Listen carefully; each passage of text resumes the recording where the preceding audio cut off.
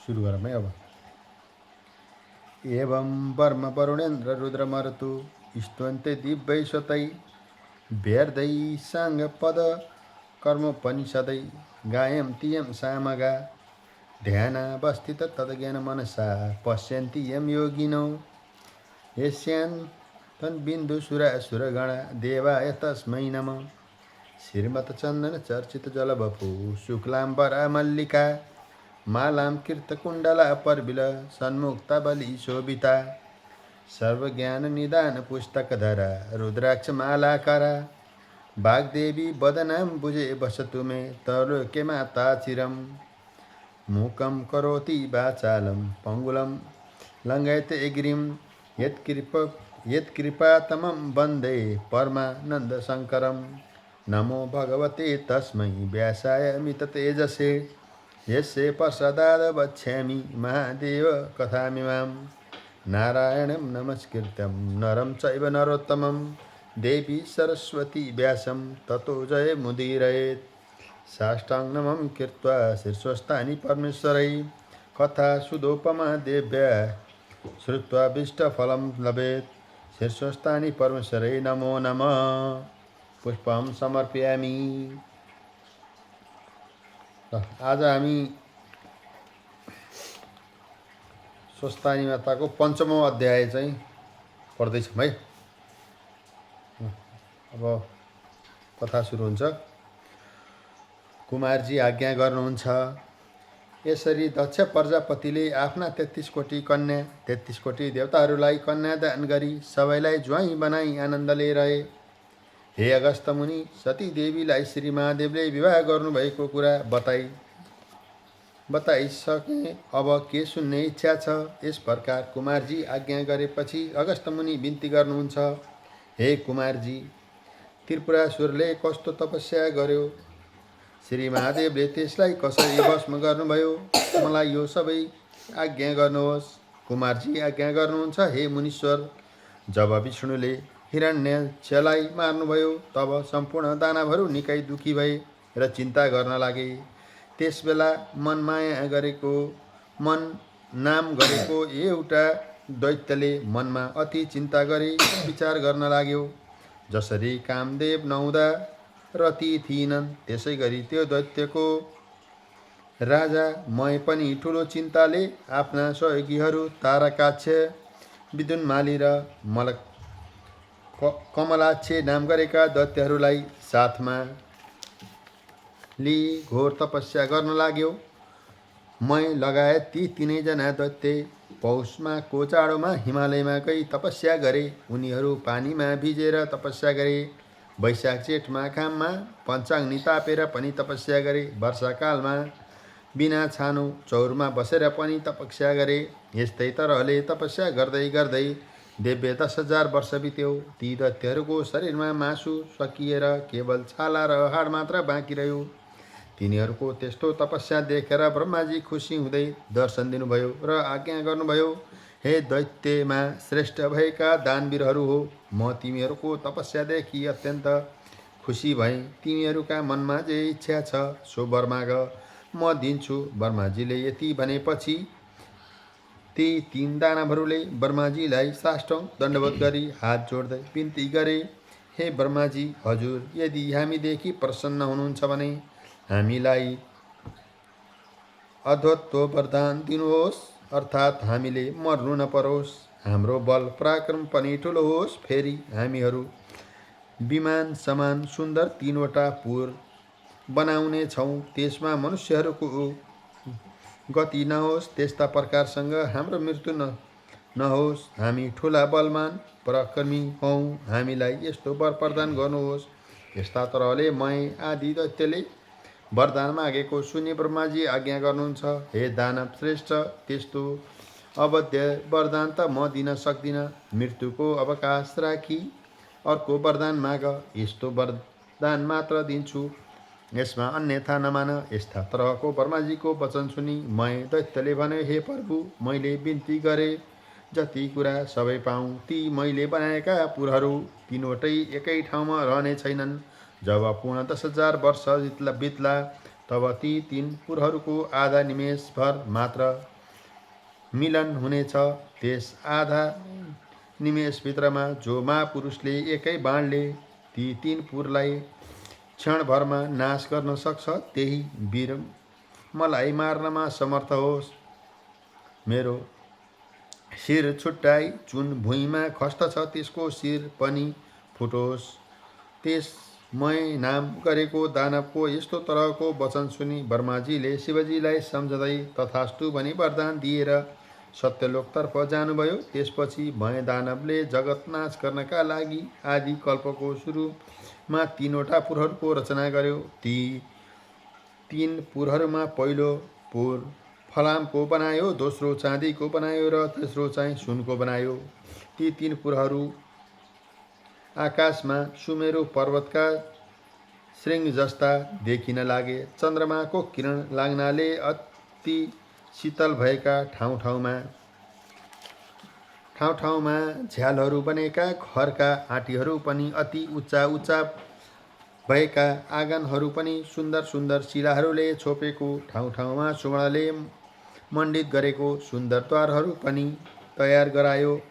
मोती लगायत अनेक मणिहरू ठाउँमा राखिएका, बिजुली समान रत्नहरूको प्रकाश चौतर्फी फैलिएका, चित्र विचित्र हीरा मोतीहरू जडेका, वायुको वेग लाग्नाले फरफराएका पताकाहरूले शोभित भएका, घरका पङ्क्तिहरू पनि रत्न समूहले जडिजडाउ भई शोभायमान भएका, मार्गहरू पनि श्रृङ्गारयुक्त बनाइएका थिए, अति सुन्दर तयार गरेका।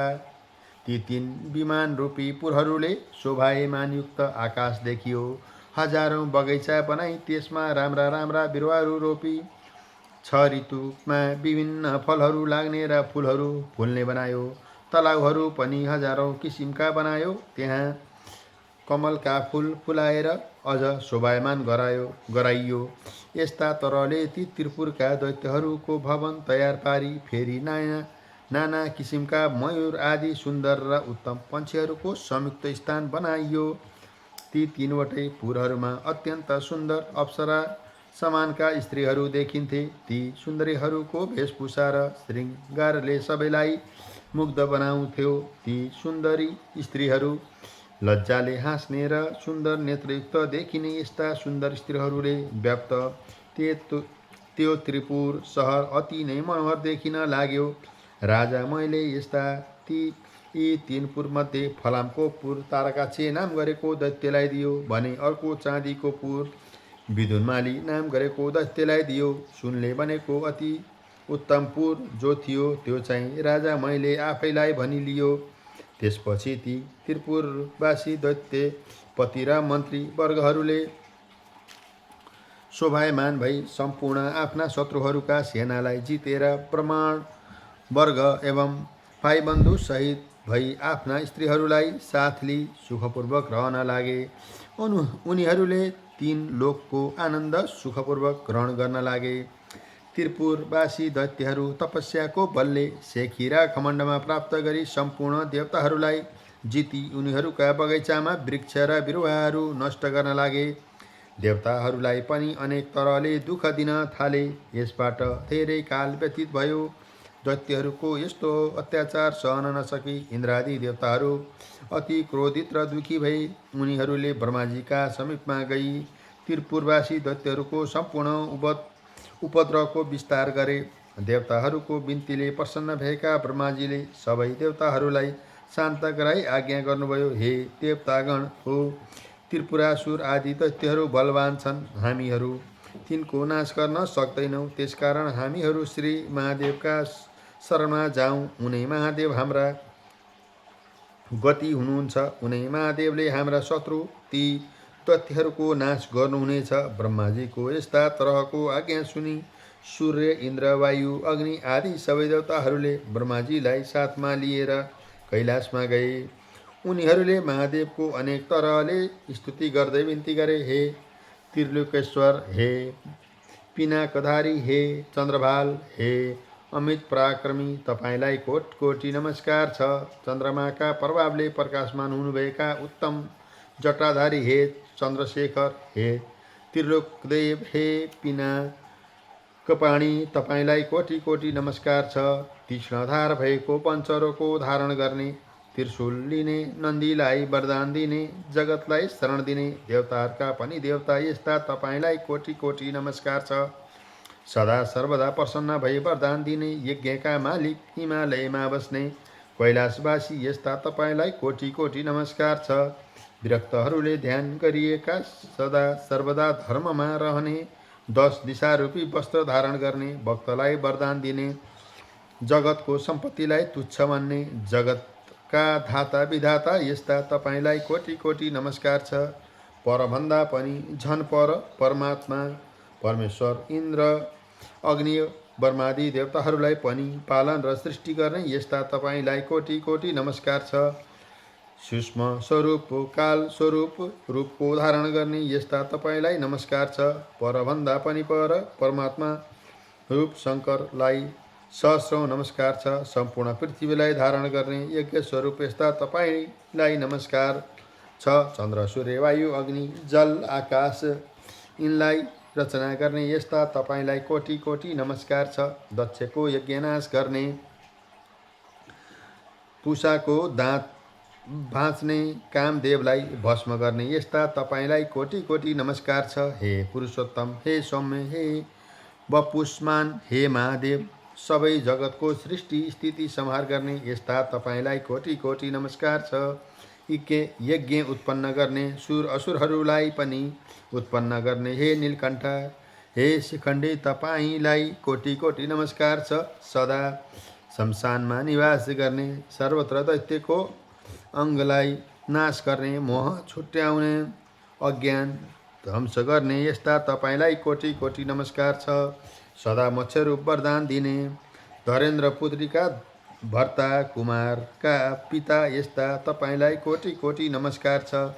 हे विश्वेश्वर, हे वरदाता, हे परमात्मन, संसारलाई उत्पन्न गर्ने यस्ता तपाईँलाई कोटी कोटी नमस्कार छ। हे चण्डेश्वर, हे योगेश्वर, हे सर्व, हे रुद्र, हे भीम, हे शम्भो, हे ईश्वर, हामीदेखि प्रसन्न हुनुहोस्। हजुरलाई कोटी कोटी नमस्कार छ। यस्ता प्रकारले देवताहरूले स्तुति गरेपछि प्रसन्न भई श्री महादेवले आज्ञा गर्नुभयो। हे देवता हो, जो वर माग्दछौ माग, म सम्पूर्ण कुरा दिनेछु। लोकमा मैले नदिने कुनै कुरा छैन। श्री महादेवबाट यस्तो आज्ञा भएपछि सम्पूर्ण देवताहरू बिन्ती गर्दछन्। हे प्रभु, ब्रह्माजीका वरदानले उन्मत्त भएका मय आदि गरिएका दैत्यहरूले हाम्रा उर्वशी आदि गरिएका अप्सराहरूलाई पनि लुटेर लगे। सम्पूर्ण उपवनहरूका उत्तम उत्तम बिरुवाहरू पनि लुटी बगैँचाहरू नष्ट गरिदिए। सबै देवताहरूको नाश गरी हामीलाई ठुलो दुःख दिँदैछन्। हे भगवान, ती दैत्यको नाश गर्न ब्रह्मा पनि असमर्थ छन्, विष्णु पनि असमर्थ छन्। हे भगवान, यस्ता प्रकारले देवताहरूको जय हुन्छ, त्यही वरदान बक्स्नुहोस्। यस्ता प्रकारका देवताहरूको स्तुति सुनेपछि श्री महादेव प्रसन्न भई देवताहरूलाई आज्ञा भयो। हे देवतागण हो, तपाईँहरूको कुरा ठिकै हो, तर त्रिपुरवासी दैत्यहरू वैदिक सनातन धर्ममा लागेका छन्। घर घरमा होम यज्ञ र शिव साधनामा रत भएका कारणले उनीहरू मेरा भक्तहरू हुन्। मैले मेरा भक्तको नाश गर्न मिल्दैन, बरु भगवान विष्णुको शरणमा जाऊ। विष्णुको आज्ञाले जे गर्नुहुन्छ त्यो गर्नु। श्री महादेवको कुरा सुनेर देवताहरू दुखी हुँदै श्री विष्णुको शरण लिन वैकुण्ठमा जाँदा भए विष्णुको समीपमा गई अनेक स्तुतिले भगवान हरिको प्रार्थना गरे। देवताहरूको कुरा सुनेर भगवान श्री हरिले मनमा नै श्री महादेवलाई सम्झनुभयो र आफ्नो शरीरबाट मायाले छोपी एक भिक्षुक प्रकट गर्नुभयो। त्यसअघि श्री विष्णुको आदेशले त्रिपुर नाश गर्नको लागि अनेकौं भमराहरू गएर त्रिपुरवासीले आक्रमण गर्न लागे र शिव सनातन धर्मका प्रभावले त्रिपुरवासीलाई केही गर्न सकेनन्, स्वयं नष्ट भए। भगवान विष्णुले त्यसपछि आफ्नो शरीरबाट उत्पन्न भएका भिक्षुकलाई आज्ञा भयो, हे मुण्डी, तिमी गएर त्रिपुरवासी दैत्यहरूको सनातन धर्म खण्डित गर्ने कलियुगको पाखण्ड धर्म प्रचार गरिआऊ। मेरो आज्ञाले तिमीहरूलाई पाप लाग्ने छैन। तिमी समानका तिम्रा अन्य 4 शिष्यहरू पनि सृष्टि गर र त्रिपुरवासीहरूलाई सनातन मार्गबाट विचलित गराऊ। भगवान श्री विष्णुको कुरा सुनेर मुण्डीले विष्णुलाई प्रणाम गर्यो र आकाशमा रहेका त्रिपुरमा गयो। मुण्डीले आफ्ना 4 शिष्यहरूको साथमा त्रिपुरवासीहरूलाई एकै ठाउँमा भेला गरी सनातन धर्मको विरुद्धमा शिक्षा दिन थाल्यो। तैपनि त्रिपुरवासी दैत्यहरू शिव धर्मका प्रतापले विचलित भएनन्। फेरि भगवान विष्णुले नारदलाई डाकेर आज्ञा भयो, हे नारद, तिमी पनि त्रिपुरवासी दैत्यहरूसँग गएर मैले पठाएका ती मुण्डीहरू समक्ष सनातन धर्म विरुद्धको पाखण्ड धर्म ग्रहण गर, जसबाट दैत्यहरू मोहित होउन्। भगवान विष्णुको आज्ञा मानी नारदले पनि त्रिपुरवासीहरू छेउ गई नाटकीय ढङ्गले पाखण्ड धर्मको दीक्षा दिनुभयो, जसबाट दैत्यहरू प्रभावित भई पाखण्ड धर्ममा रत भए। यसबाट यज्ञ पूजा, होम, वेद, मूर्ति पूजा, तीर्थ व्रत, सत्य, धर्म, पतिव्रता सबै नाश भए। त्यसपछि विष्णु समेत सबै देवताहरूले शिवजीको स्तुति गर्दै त्रिपुर नाश गर्नका लागि बिन्ती गर्नुभयो। विष्णु आदि देवताहरूले धेरै स्तुति गरेपछि भगवान शिवजीले आज्ञा गर्नुभयो, मेरो 11 अंश धारण गरी रुद्र तेजोमय रूप भई दानवहरूलाई नष्ट गर्नुहोस्। महादेवबाट यति आज्ञा भएपछि देवताहरू फेरि बिन्ती गर्दछन्, हे भगवान, हामी हजुरका तेजको सहस्रसारले 1 अंश पनि धारण गर्न सक्दैनौँ। माहेश्वर तेजलाई धारण गर्नु त के, हेर्न समेत हाम्रो सामर्थ्य छैन। हे भगवान, हामीसँग प्रसन्न हुनुहोस्। हामीले जे गरे पनि दैत्यमाथि जित हासिल गर्न सकेनौँ। हे भगवान, आफैले त्रिपुरासुर आदिलाई मारिबक्स्नुहोस्। तिनीलाई ब्रह्माजीको वरदान प्राप्त भएको छ कि दिव्य 10,000 वर्ष बितेपछि त्रिपुर आधा निमेषसम्म मिलन हुनेछ।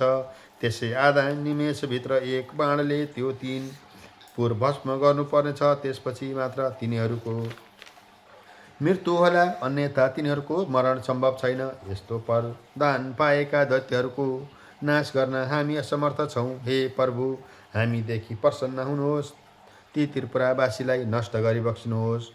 खिन्न चित्त भएका देवताहरूले यस्तो तरहले स्तुति गरेपछि आश्वासन दिँदै श्री महादेवबाट आज्ञा भयो, हे देवगण हो, यदि त्यस्तोमा दुर्व्य त्रिपुर छ भने म एकै बाणले ती त्रिपुर भस्म गरिदिउँला।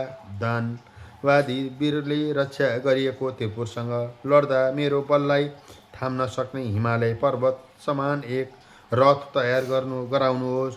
महादेवको यस्तो वचन सुनि सबै देवताहरूले हस् भनी महादेवलाई नमस्कार गरी खुसी भई आफ्ना धाममा जाँदा भए।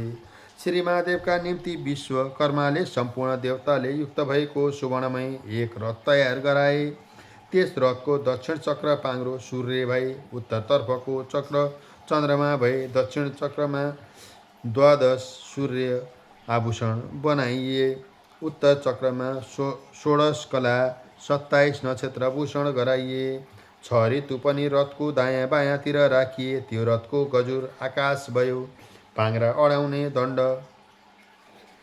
मन्दराचलको बनाए। अस्ताचल र उदयचल यी दुवै पर्वत 2 पाङ्राको चुकुल बनाइए। अनै संवत्सर रथका वेग भए।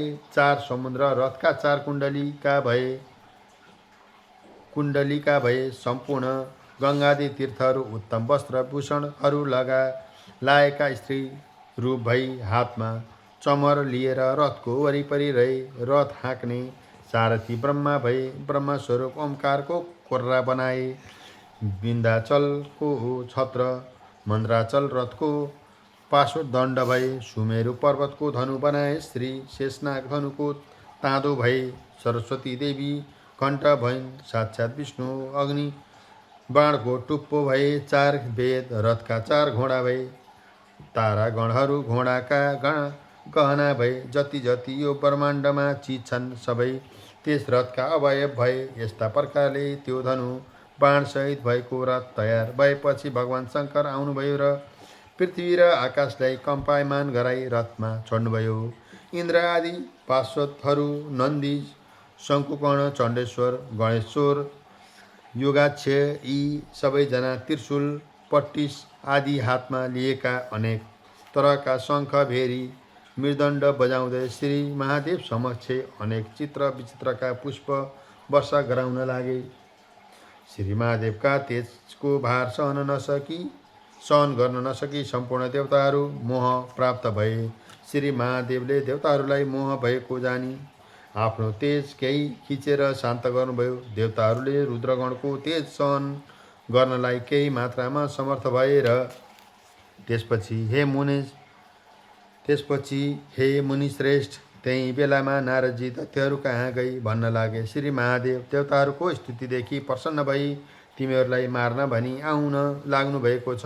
अब तिमीहरू आफ्नो बचाउको उपाय गर, नत्र तिमीहरूको सत्यानाश हुनेछ। यस्ता प्रकारले नारदको वचन सुनि राजा मयले आफ्ना साथी तारकाक्ष र विदुमाली इत्यादि सम्पूर्ण दानवहरूलाई नारदजीले भन्नुभएको कुरा सुनायो। त्यसपछि दैत्यहरूको श्रेष्ठ तारकले भन्यो, हे राजन, किन चिन्ता गर्नुहुन्छ? देवता यथार्थले युद्ध गर्न बाध्य छन्। यो त्रिपुर भेद गर्ने कसैको सामर्थ्य छैन। सम्पूर्ण देवता, यक्ष, किन्नर र गन्धर्व आए पनि यो त्रिपुर अवध छ, अर्थात् कसैले नाश गर्न सक्दैन। शत्रुलाई जित्नको निमित्त साम दाम आदि अनेक तरहका नीति छन्। जित्ने इच्छा गर्ने बलियो शत्रुलाई पराक्रम गरी दण्ड दिनु योग्य छ। यस्तो राजा तारकाक्षको वचन सुनि विदुमाली भन्दछ, हे राजन, बलहीन देवताहरू हामीसँग कुनै प्रकारले पनि समर गर्न सक्दैन। जो मूढ भई युद्ध गर्ला त्यो अवश्य मृत्युमा प्राप्त होला। यसमा के को चिन्ता छ? हामी सबै युद्धमा लडौँला र ती सम्पूर्ण देवताहरूलाई जिती तपाईँले तीन लोकको इन्द्रपदको भोग गर्नुहोला। अघिका बलवान दैत्यहरू हिरण्याक्ष र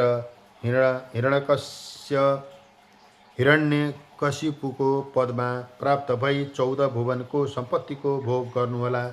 यस्तो प्रकारको विदुमालीको वचन सुनि मैले भन्यो, हे दानववीर हो, अब हाम्रो नाशको बखत भएछ। यस्तो भनी राजा मैले बारम्बार शिरकम्पन गराउँदै फेरि भन्यो, जो शत्रुभन्दा बलियो होस् अथवा बलहीन होस्, त्यससँग हामीले सामदाम इत्यादि उपाय गर्नु उचित होला। सम्पूर्ण जगतका मालिक ईश्वर श्री महादेव हुन्। उनी देवता र हामीहरूका स्रष्टा हुन्। यदि आज हामीलाई मार्न स्वयं उनै आउँछन् भने अब यसको उपाय अरू केही छैन। खाली भगवान महादेवको शरण परि प्रणाम गरौँ, यही मेरो मति छ। यदि हामी कठोरता धारण गरी महादेवका अगाडि गई युद्ध गऱ्यौँ भने अवश्य हामीलाई उनका दृष्टिपातले नै भस्म हुनेछौँ। ब्रह्मादि देवता पनि दुखी भई जसका शरणमा जान्छन्, आज उनी भगवान महादेव हामीलाई संहार गर्न आउँछन् भने अब हाम्रो के गति होला? जो क्षण मात्रमा सबै जगतको सृष्टि र संहार गर्न समर्थ छन्, जो मुक्तिका दाता सबै जगतका कारण छन्, यस्ता श्री महादेवसँग हामीहरू कसरी युद्ध गर्न सकौँला? हाम्रो विधिहीन तपस्याले के हुन्छ? हे भाइ बन्धु हो, तिमीहरूको धेरै समयसम्म त्रिपुरको भोग गर्यौ। त्यस कारणले हे दानवीर हो, तिमीहरू सबै कालले प्रेरित भई युद्ध गर्न भनी उत्सुक छौ। यस्ता प्रकारको मयको वचन सुनि नारदले विचार गर्न लागे। सारा दैत्यको संहार जसरी भए पनि गर्नै पर्छ, त्यसकारण यिनीहरूलाई अनेक उपाय लगाउनै पर्छ। यदि भनी नारदले भने, हे महाराज, अब तिम्रो तपस्या क्षीण भयो, ऐश्वर्य भोग समाप्त भयो। अब सङ्ग्रामका लागि नसरी नपुंसक सहित देवताका शरणमा जानुभन्दा सङ्ग्राममा लडी मोक्ष हुनु उत्तम ठान्छु।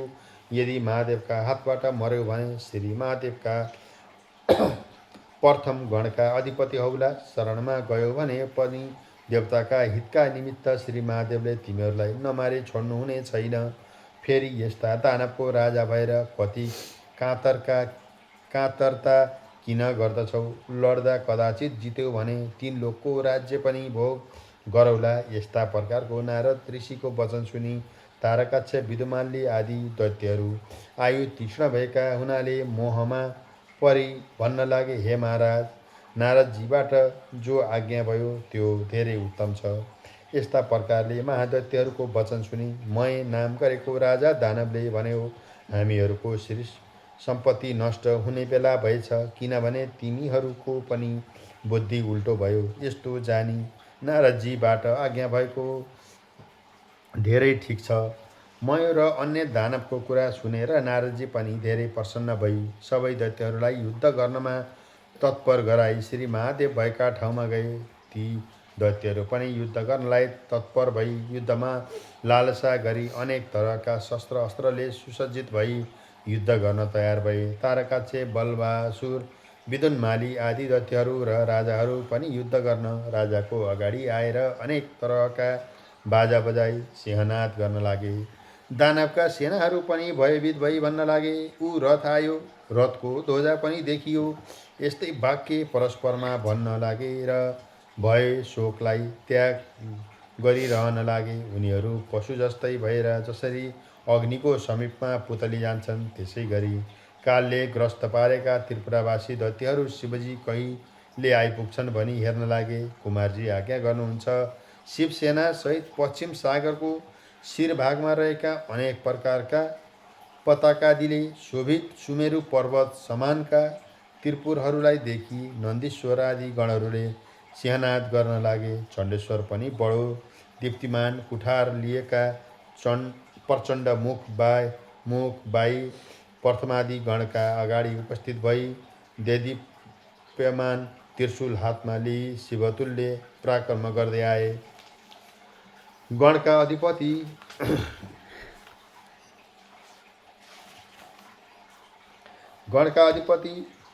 शङ्कुनायक पनि मुसल हातमा लिई प्रथम गणका पार्श्वभागमा खडा भए।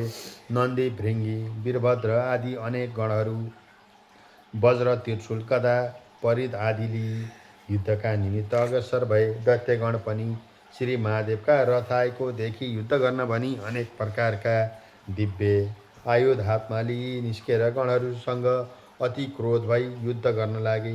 त्यस बेला श्री महादेवले पनि त्रिपुरलाई दग्ध गरे जस्तै हाँस्दै ठुलो सिंहनाद गरी युद्ध गर्न लाग्नुभयो। नन्दी महाबली दैत्यगणसँग युद्ध गर्न लागे। भृङ्गीले 10 बाण छोडी विदुन्मालीलाई भेदन गरी राता आँखा पार्दै शिलाले ठोक्न लागे, तर पनि उसलाई केही गर्न सकेनन्। भृङ्गी र रिटीले विदुन्मालीका पृष्ठभागमा प्रहार गरे। साथै उसले पनि पूर्ण हुङ्कारले भृङ्गी र रिटीलाई प्रहार गर्यो। जसको वेदना सहन नसकी भृङ्गी र रिटी त्यहाँबाट पलायन भए। जब त्यस दैत्यराजले यिनीहरूलाई जित्यो तब गणनायक गणेशको काँधमा त्यो दैत्यको 1000 बाण छोडी भेदन गर्यो। फेरि 10 बाण छोडी गणेशका मर्ममा घाउ गराई वेदना गरायो। तब गणेशजीले अति क्रोध भई आफ्नो सुँड पसारी त्यसको गर्दनमा बेरी मत्ता हात्तीले कमलको फूल सुँडले मर्काएर तलाउमा उखेली फ्याँके जस्तै विदुन्मालीको शिर पनि उखालेर फ्याँक्नुभयो। त्यसको शरीरबाट छेदन भएको शिर सरोवरबाट निस्केको हात्तीको दाँतमा अड्केको कमलको फूल जस्तै शोभामा प्राप्त भयो। त्यो देखि भृङ्गी नाना तरहले जय जयकार गर्दै नाच्न लागे। त्यसपछि नेमी र नाम गरेका 2वटा दानव वीरहरू क्रोधले युक्त भई आएर बाण छोडी गणेशलाई मर्म घाउ गराउन लागे।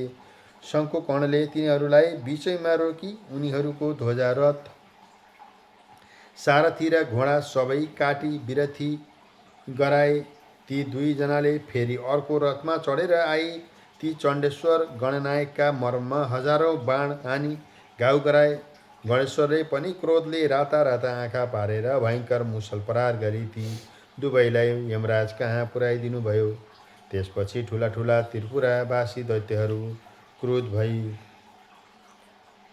समूहमा निस्केर नाना तरहले चक्र, वज्र, त्रिशूल, कुठार लिएर महादेवका गणमाथि झम्टी महाघोर युद्ध गर्न लागे। शिवगणहरू पनि शिवको आज्ञा पाएर उन्मत्त सिंहले मृगहरूलाई लखेटे जस्तै दैत्यहरूको सैन्य बललाई बारम्बार छिन्नभिन्न गरी मार्न लागे।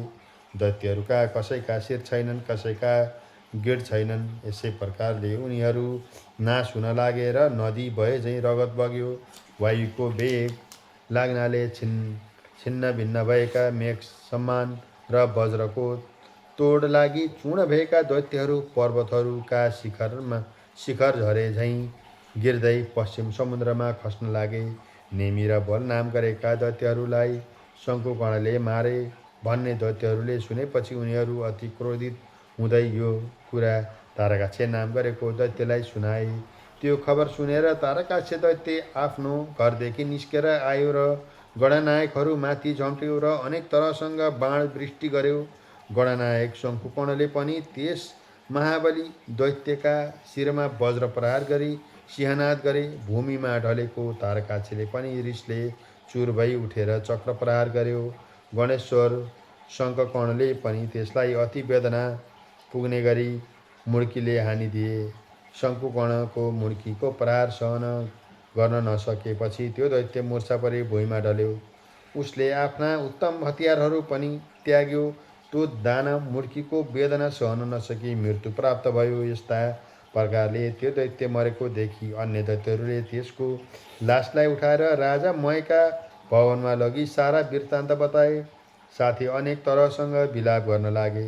दानवहरू यसरी विलाप गर्दै रोएको देखेपछि दानवहरूलाई सम्झाई मैले भन्यो, तिमीहरूले केही सुर्ता नगर, मेरा घरमा अमृतको कुण्ड छ, त्यसैमा दैत्यहरूलाई लगी डुबाऊ। राजा मयको कुरा सुनेपछि ती दैत्यहरू प्रसन्न भई अमृतमा डुबाई दैत्यहरू तारकासुरलाई बचाए। अरू मरेका दैत्यहरूलाई पनि त्यही अमृतकुण्डमा डुबाएर बचाए। त्यसपछि दैत्यहरू प्रसन्नताले मयलाई शिर नुहाई प्रणाम गरे। तब त्यो तारकाक्ष फेरि बडो वेगले सङ्ग्राम भूमिमा आयो। तारकाक्ष आएको देखाएर ब्रह्माजीले आफ्नो बायाँ हातले त्यस दैत्यलाई देखाई श्री महादेवसँग भन्न लाग्नुभयो, हे महादेव, त्यो दैत्य अघि मरेको थियो, अहिले फेरि बाँचेर आयो। मयको घरमा अमृतको कुण्ड छ, त्यस अमृतले गर्दा मयले दानवहरूलाई बचाउँछ। हे शम्भु, यदि यसको अमृत रह्यो भने हामीले दैत्यहरूलाई जति मारे पनि मरेको ती दैत्यहरूलाई मयले बारम्बार बचाउनेछ। यसकारण बाण प्रहार गरी मयको घरमा रहेको त्यो अमृत खिचेर लिनुहोस्। ब्रह्माजीको यस्ता प्रकारको वचन सुनि श्री महादेवले आज्ञा गर्नुभयो, हे ब्रह्माजी, तपाईँले भन्नुभएको कुरा ठिकै हो, अब त बाण प्रहार गरी अमृत खिचेर लिन्छु। यति भनी श्री महादेवले आफ्नो बाण धनुषमा चढाई त्रिपुरमा रहेको अमृतको कुण्ड नष्ट गर्नुभयो। फेरि ब्रह्माजीले बिन्ती गर्नुभयो, हे देवेश, अब त्यो बाणको शर ग्रहण गर्नुहोस्। मैले त्रिपुरवासी दैत्यहरूसँगको लडाईँ धेरै देखेँ। लड्दा लड्दा आज पुनः 10,000 वर्ष व्यतीत भइसक्यो, तैपनि त्रिपुरको क्षय भएन। अब त्यो बाण चाँडो छोड्नुहोस् र ती शत्रुहरूको नाश गर्नुहोस्। ती 3 पुरहरू अब आधा निमेषभर मात्र एकत्र भई फेरि अलग हुनेछन्। जोडिएका पुरहरू अलग भएपछि फेरि बाण छोडे पनि केही हुने छैन, किनभने यिनीहरूलाई मैले यस्तै वरदान दिएको छु। हे भगवान, यदि मेरो बिन्ती लाग्छ भने बाण प्रहार गरी ती त्रिपुरहरूको नाश गर्नुहोस्। ब्रह्माको यस्तो प्रकारको वचन सुनि महादेवले त्यो उग्रबाण धनुषमा चढाई धनुलाई तलमाथि झुकाउनु भयो। जब दिव्य 10,000 वर्ष पुग्यो, तब आधा निमेषमा का निमित्त ती 3 पुरहरू पनि जोडिए। ठिक त्यसै बेला श्री महादेवले आफ्नो योग बलले ती 3 पुरहरूलाई निश्चल गराइदिनुभयो र त्यसै बेला सारा जगत पनि निश्चल भयो। त्यसपछि शिवजीको साथमा भएको उग्रबाण अग्नि स्वयंयुक्त थियो। त्यस बाणको टुप्पोमा स्वयं नारायण बस्नुभएको थियो। श्री महादेवले तत्काल त्यो उग्रबाण प्रहार गर्नुभयो। त्यस बाणको असरले त्रिपुरका सबै घरहरूको चारैतर्फ आगो लागि दग्ध हुन थाल्यो। त्यही बेला श्री महादेवले आफ्ना अत्यन्त प्रिय नन्दीलाई डाकेर हराउनुभयो। हे नन्दी, तिमी चाँडो गई अग्निलाई भन, त्यो मय नाम गरेको दैत्यराज मेरो भक्त हो, त्यसलाई अग्निले दग्ध नगराउन। महादेवले यस्तो आज्ञा सुनि आफ्नो तपोबलका योग बलले वायु समान भई बाणभन्दा पनि चाँडो गई नन्दीजी मयका घरमा प्रवेश गरे। त्यहाँ गएर उनले मय नाम गरेको दैत्यलाई भेटे। त्यो दैत्य आफ्नो अगाडि शिवलिङ्ग राखेर शिवजीको ध्यान गरी बसिरहेको थियो। नन्दीले त्यसलाई भने, तिमीलाई अग्निले जलाउने छैनन्, किनभने तिमी श्री महादेवका भक्त रहेछौ। त्यसकारण अब तिमी पाताल जाऊ। मैले जब शिवगण नन्दीले वाचन सुन्यो, तत्काल उसले नन्दीलाई नमस्कार गर्दै पातालतर्फ हिँड्न लाग्यो। त्यही बेला अग्नि पनि त्यहाँ आइपुगे नन्दीले अग्निलाई महादेवको आज्ञा सुनाइदिए। त्यसपछि अग्निले मैलाई भने, अब तिमी यहाँबाट तुरुन्त हिँड, किनभने अब क्षणभरमा त्रिपुर भस्म हुनेछ। अग्निदेवको वचन सुनेर मैले हवस पनि सुवर्णमय शिवलिङ्ग लिई तत्काल पाताल गयो। नन्दी त्यहाँबाट फर्किएर महादेवसँग सम्पूर्ण विस्तार बिन्ती गरे। त्यसपछि त्रिपुर भस्म हुन लाग्यो। त्यहाँका सबै घरहरू डढेर नष्ट भए। अनेक दानवहरू रोएको र कराएको शब्द सुनिन लाग्यो। वस्त्र खुस्किएका झ्याल विमान र अटालीमा रहेका पहेँला र उच्च स्तन भएका, मदले विह्वल नेत्र भएका, आफ्ना पतिहरूको प्रिय भएका स्त्रीहरू अग्निबाणले भयभीत हुँदै घर घरमा यत्रतत्र दगुर्न लागेका देखिन थाले। कोही आफ्ना पतिलाई अङ्कमाल गर्न लागे। कोही दानवहरू आफ्नो स्त्रीहरूलाई बोकी त्रिपुरदेखि भाग्न लागे। पहिल्यै शिवजीको भक्ति गर्ने दानवहरू अब शिवशक्ति र सम्पूर्ण भूषणहरूले हीन भए। पर्वताकार देखिने ती दैत्यहरू एक एक गरी महासागरमा खस्न लागे। आकुल भई समुद्रमा खसेका ती भयङ्कर दैत्यहरूलाई अनेक प्रकारका जलजन्तुले भक्षण गर्न लागे। आफ्ना पतिलाई जलमा परेको देखि विलाप गर्दै कति स्त्रीहरू अग्निमा प्रवेश गरी डढी मरेका पनि देखिन लागे। यस्ता प्रकारसँग विष्णु अग्नि सोममय बाणले त्रिपुरको भस्म गराइदिएर त्यो सम्पूर्ण त्रिपुरलाई सागरमा डुबाई। फेरि त्यो बाण शिवजीको हातमा प्राप्त भयो। हे अगस्त मुनि, यस्ता प्रकारले त्रिपुर डढेपछि ब्रह्मादि सबै देवताहरू आफ्नो अधिकारमा प्राप्त भई शिवजीलाई प्रणाम गरी स्तुति गर्न लागे। हे भगवान, हे रौद्र कर्म आज हजुरले गर्नुभयो, यस्तो अरू कसैले गर्न सक्दैन। आज हजुरले दैत्यहरू मारी त्रिपुरको पनि भस्म गर्नुभयो। हे महादेव, हाम्रो आपत्ति नाश गर्ने, सदा स्थिर रहने यस्ता तपाईँलाई कोटि कोटि नमस्कार छ। देवताहरूको यस्तो स्तुति सुनेर महादेवले आज्ञा गर्नुभयो, हे देवता हो, तपाईँहरूलाई मैले सदा पुत्रका रूपमा पालन गर्नु पर्दछ। आज शत्रु मर्नाले तपाईँहरूको अभिलाषा पूर्ण भयो। अब प्रसन्न भई आफ्ना आफ्ना आश्रममा जानुहोस्। यस्तो आज्ञा महादेवबाट भएपछि शिवजीलाई प्रणाम गरी सम्पूर्ण देवताहरू आफ्नो आश्रममा गए। देवताहरू गएपछि प्रमुख र प्रथम गणहरूले पूजित भई नन्दी भृङ्गी भूत प्रेत सहित श्री महादेव पनि कैलाश जानुभयो। हे मुनि, यो कसैले वर्णन गर्न नसक्ने त्रिपुरदाह मैले वर्णन गरेँ। जो शिवभक्त मनुष्य प्रसन्न पवित्र र एकचित्त भई यसको पाठन गर्ला, त्यो सम्पूर्ण पापदेखि मुक्त भई अन्त्यमा देवता भई स्वर्ग प्राप्त गर्ला। इति श्री स्कन्द पुराणे माघमात्म्ये केदारखण्ड अगस्त्ये कुमार अगस्त संवादे शीर्षस्थाने परमेश्वराय व्रतकथायां त्रिपुर दाहनां पंचमो अध्याय। हरे नमः।